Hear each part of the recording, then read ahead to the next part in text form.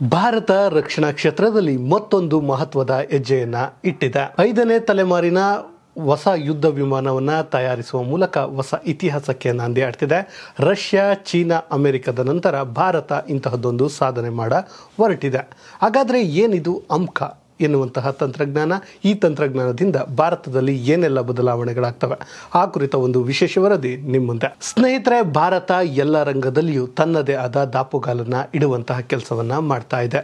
ಅದರಲ್ಲೂ ಕೂಡ ಇದೀಗ ರಕ್ಷಣಾ ಕ್ಷೇತ್ರ ಏನಿದೆ ಇದರಲ್ಲಿ ತನ್ನದೇ ಆದ ದಾಪುಗಾಲನ್ನ ಇಡಲು ಮುಂದಾಗಿದ್ದು 5ನೇ ತಲೆಮಾರಿನ ಅಮ್ಕ ಏನಿದೆ AMCA ಎನ್ನುವಂತಹದ್ದು ಅದರ ತಂತ್ರಜ್ಞಾನವನ್ನು ಬಳಸಿಕೊಂಡು ಇದೀಗ ಯುದ್ಧ ವಿಮಾನವನ್ನ ತಯಾರಿಸಲು ಮುಂದಾಗಿದ್ದು ಇಡೀ ವಿಶ್ವದ ಗಮನ ಭಾರತದತ್ತಿದೆ. ಇಂತಹದ್ದೊಂದು ಸಾಧನೆಗೆ ಇತ್ತೀಚೆಗಷ್ಟೇ ರಕ್ಷಣಾ ಸಂಸದೀಯ ಮಂಡಳಿ ಒಪ್ಪಿಗೆಯನ್ನು ಕೊಟ್ಟಿದ್ದು ಹೊಸ ಹೆಜ್ಜೆಯನ್ನು ಇಟ್ಟಿದೆ.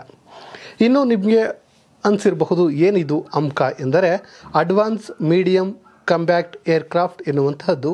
ಇದು 5ನೇ ತಲೆಮಾರಿನ ಯುದ್ಧ ವಿಮಾನವಾಗಿದೆ. ಇದನ್ನು ನಮ್ಮ ಹೆಮ್ಮೆಯ DRDO ತಯಾರಿಸಿದ್ದು. ಇದಕ್ಕಾಗಿ 15,000 ಕೋಟಿಯನ್ನು ಮೀಸಲಿಡಲಾಗಿದೆ. ಹಾಗಾದರೆ ಏನಿದು ವಿಶೇಷತೆ ಅಂತ ನೋಡೋದಾದರೆ, ಇದು AMCA 25 ಟನ್ ತೂಕವನ್ನು ಹೊಂದಿದ್ದು 2 ಇಂಜನ್ಗಳು, ಸೆಲ್ಟ್ ಸಾಮರ್ಥ್ಯವುಳ್ಳ 360 ಡಿಗ್ರಿ ಪರಿಸ್ಥಿತಿಯನ್ನು ಅರಿಯುವ ಯುದ್ಧ ವಿಮಾನವಾಗಿದೆ. ಇದು ಕನಿಷ್ಠ ರೇಡಾರ್ ಸಿಗ್ನೇಚರ್ ಹೊಂದಿದ್ದು ಒಂದು ಆಂತರಿಕ ಆಯುಧಾಗಾರವನ್ನು ಹೊಂದಿದೆ.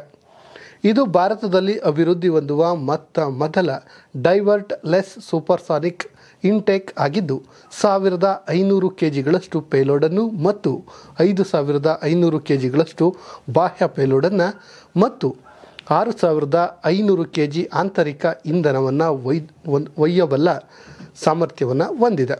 ಡೈವರ್ಟ್ಲೆಸ್ ಸೂಪರ್ಸಾನಿಕ್ ಇಂಟೇಕ್ ಎಂದರೆ ಯುದ್ಧ ವಿಮಾನಗಳಿಗೆ ಹೆಚ್ಚಿನ ಸಂಕೀರ್ಣ ಬಿಡಿಭಾಗಗಳ ಅವಶ್ಯಕತೆ ಇಲ್ಲದೆ ಅತ್ಯಂತ ವೇಗವಾಗಿ ಸಂಚರಿಸುವ ಅವಕಾಶವನ್ನು ಕಲ್ಪಿಸುವುದಾಗಿದೆ. ಇದಷ್ಟೇ ಅಲ್ಲದೆ ಗಾಳಿಯನ್ನು ಡೈವರ್ಟ್ ಮಾಡುವ ಕೆಲಸವನ್ನು ಇದು ಮಾಡುತ್ತೆ.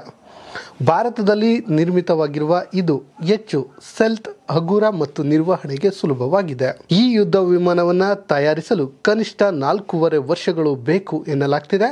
ಆದರೂ 2026ರ ವೇಳೆಗೆ ನಿರ್ಮಾಣ ಪೂರ್ಣಗೊಳ್ಳುವ ಆಶ್ವಾಸನೆಗಳನ್ನು ವಿಜ್ಞಾನಿಗಳು ನೀಡಿದ್ದಾರೆ.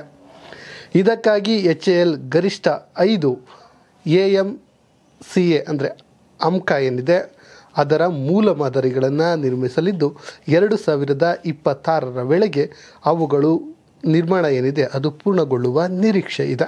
ಇನ್ನು ಅಮ್ಕ ಯೋಜನೆ ಭಾರತದ ರಕ್ಷಣಾ ಅಭಿವೃದ್ಧಿ ಯೋಜನೆಗಳ ಮಹತ್ವದ ಭಾಗವಾಗಿದ್ದು ತೇಜಸ್ MK1A ಮತ್ತು ಪ್ರಸ್ತುತ ಅಭಿವೃದ್ಧಿ ಹೊಂದುತ್ತಿರುವಂತಹ MK2 ಯೋಜನೆಗಳ ಬಳಿಕ ಭಾರತ 3ನೇ ಯುದ್ಧ ವಿಮಾನವಾಗಿದೆ. ಅಮ್ಕ ಯೋಜನೆಯ ಮೂಲಕ ಭಾರತ ಅತ್ಯಾಧುನಿಕ ಯುದ್ಧ ವಿಮಾನಗಳ ವಲಯದಲ್ಲಿ ತನ್ನ ಸ್ಥಾನವನ್ನು ಭದ್ರಪಡಿಸುವ ಗುರಿ ಹೊಂದಿದ್ದು ವಿದೇಶಿ ವಿಮಾನಗಳ ಖರೀದಿಯ ಮೇಲಿನ ಅವಲಂಬನೆಯನ್ನು ಕೂಡ ಕಡಿಮೆಗೊಳಿಸುವ ಮತ್ತು ಕಾರ್ಯತಂತ್ರವನ್ನು ಸ್ವಾಯತ್ತತೆಯನ್ನು ಉತ್ತೇಜಿಸುವ ಗುರಿಯನ್ನು ಹೊಂದಿದೆ.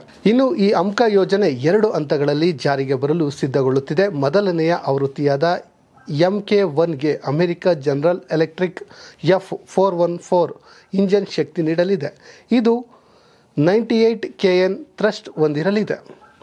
ಇನ್ನು 2ನೇ ಆವೃತ್ತಿಯ MK2 ಇನ್ನಷ್ಟು ಶಕ್ತಿಶಾಲಿಯಾದ ಇಂಜಿನ್ ಹೊಂದುವಂತಹ ಗುರಿಯನ್ನು ಹಾಕಿಕೊಳ್ಳಲಾಗಿದೆ. ಇನ್ನು ಸ್ನೇಹಿತರೆ, ಭಾರತದ ವಾಯುಪಡೆ ಏನಿದೆ ಈಗಾಗಲೇ ಈ ಅಮ್ಕ ತಂತ್ರಜ್ಞಾನದಿಂದ ಬಳಸುವಂತಹ ಯುದ್ಧ ವಿಮಾನಗಳಲ್ಲಿ 40 ಯುದ್ಧ ವಿಮಾನಗಳು ನನಗೆ ಬೇಕು ಎನ್ನುವಂತಹ ಬೇಡಿಕೆಯನ್ನು ಇಟ್ಟಿದೆ. ಅಂದರೆ ನಮ್ಮ ಭಾರತದ ಅಂದರೆ ಸ್ವದೇಶಿ ನಿರ್ಮಿತ ಯುದ್ಧ ವಿಮಾನಗಳ ಮೇಲೆ ಇರುವಂತಹ ನಂಬಿಕೆ, ವಿಶ್ವಾಸವನ್ನು ಇದೀಗ ವಾಯುಪಡೆ ವ್ಯಕ್ತಪಡಿಸ್ತಾ ಇದೆ. ಇನ್ನು ಗೊತ್ತಿರಲಿ ಸ್ನೇಹಿತರೆ, ಇಂತಹ ಯುದ್ಧ ವಿಮಾನಗಳು 5ನೇ ತಲೆಮಾರಿನ ಯುದ್ಧ ವಿಮಾನಗಳೇನಿವೆ ಅದನ್ನು ಇಲ್ಲಿಯವರೆಗೂ ಅಮೆರಿಕ, ರಷ್ಯಾ, ಚೀನಾ ಮಾತ್ರವೇ ಈ ಯುದ್ಧ ವಿಮಾನಗಳನ್ನು ಹೊಂದಿರುವಂಥದ್ದು. ಅದರ ಸಾಲಿಗೆ ಇದೀಗ ಭಾರತ ಸೇರ್ಪಡೆಗೊಂಡರೆ 4ನೇ ಇಂತಹ ರಾಷ್ಟ್ರವಾಗುತ್ತೆ. ಅಂದರೆ 5ನೇ ತಲೆಮಾರಿನ ಯುದ್ಧ ವಿಮಾನ ಏನಿದೆ ಅದನ್ನು ತಯಾರಿಸುವ ರಾಷ್ಟ್ರವಾಗಲಿದೆ. ಇನ್ನು ಸ್ನೇಹಿತರೆ, ನಿಮಗೆ ಗೊತ್ತಿರುವಂತೆ ಈ ಹಿಂದೆ ರಷ್ಯಾ ಒಂದು ಆಫರನ್ನು ಕೂಡ ಭಾರತಕ್ಕೆ ನೀಡಿತ್ತು. ಅದುವೇ ಬಿಗ್ ಆಫರ್ ಆಗಿತ್ತು. ಏನು ಸುಖಾಯ್ 75 ಏನಿದೆ ಅದನ್ನು ತಯಾರಿಸಲು ಭಾರತ ರಷ್ಯಾದೊಂದಿಗೆ ಏನು ಸಂಬಂಧವನ್ನು ಬೆಳೆಸಬೇಕು ಎನ್ನುವಂಥ ಮಾತನ್ನು ಹೇಳಿತು.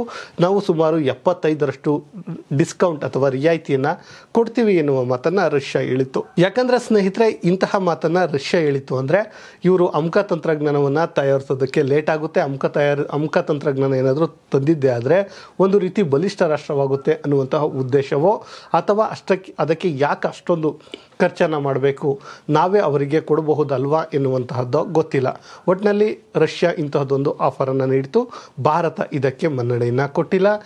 ಜನವರಿ 9ರಂದು ಈ ಅಮ್ಕ ತಂತ್ರಜ್ಞಾನ ಏನಿದೆ ಅದರ ಮೂಲಕ ಯುದ್ಧ ವಿಮಾನವನ್ನು ತಯಾರಿಸಲು ಅನುಮತಿಯನ್ನು ರಕ್ಷಣಾ ಸಮಿತಿ ನೀಡಿದೆ.